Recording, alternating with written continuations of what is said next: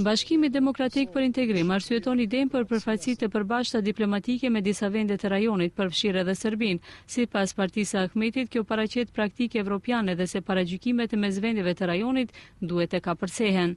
Është praktikë evropiane e cila shfrytëzohet në shumë shtete të vogla, do të shohim se me cilat shtete Maqedonia do të ketë interes ekonomik më të mirë për të mbuluar përfaqësi diplomatike në rajon.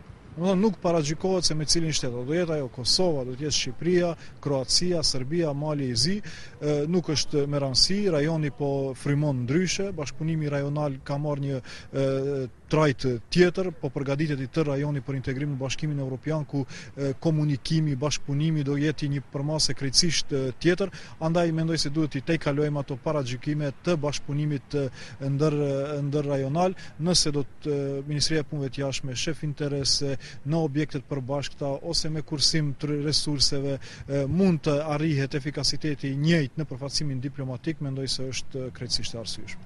Lëvizja qytetare zgjohej, e cila më parë ka qenë drejtuar nga Artan Grupi, aktualisht shefi i kabinetit të kryetarit të BDI-s, kërkon të di qëndrimin e ministrave shqiptar për këtë propozim. Ata ironizojnë madje që çështjen e emrit të Maqedonisë ta zgjidh Serbia.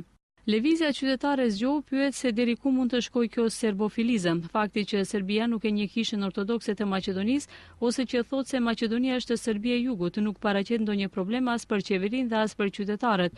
Kryhet përshtypja se qeveria pranon çdo propozim që vjen nga Serbia, ndaj bëjmë thirrje Beogradit që të ofrojë ndonjë propozim për zgjidhjen e çështjes së emrit, dhe megjithëse qeveria e Maqedonisë ta pranojë atë sikur ka pranuar të gjitha iniciativat serbe gjërmë sot. A ka kaluar ky propozim në qeveri dhe cili është qëndrimi i përfaqësuesve shqiptar në ekzekutiv? A do të lejojnë ata që ambasadorët shqiptar të Maqedonisë të përfaqësojnë edhe Serbinë ose që ambasadorët e Maqedonisë në Kosovë dhe Shqipëri të përfaqësojnë Serbinë? Ish kryeministri i Maqedonisë Lupço Gjorgjevski në linjë telefonike për Alsat theksoi se me këtë propozim dëshmohet politika jo parimore e qeverisë ndaj fqinjëve. Sipas tij, politika skandinave realizohet vetëm me Serbinë, por jo edhe me fqinjë të tjerë. Kjo politikë e qeverisë së Maqedonisë është e pabalancuar ndaj shteteve të tjera fqinje. Unë do e kuptoj atë nëse kemi politikë të tillë edhe me Shqipërinë, Bullgarinë, Kosovën, me Greqinë kemi situatë të tensionuar.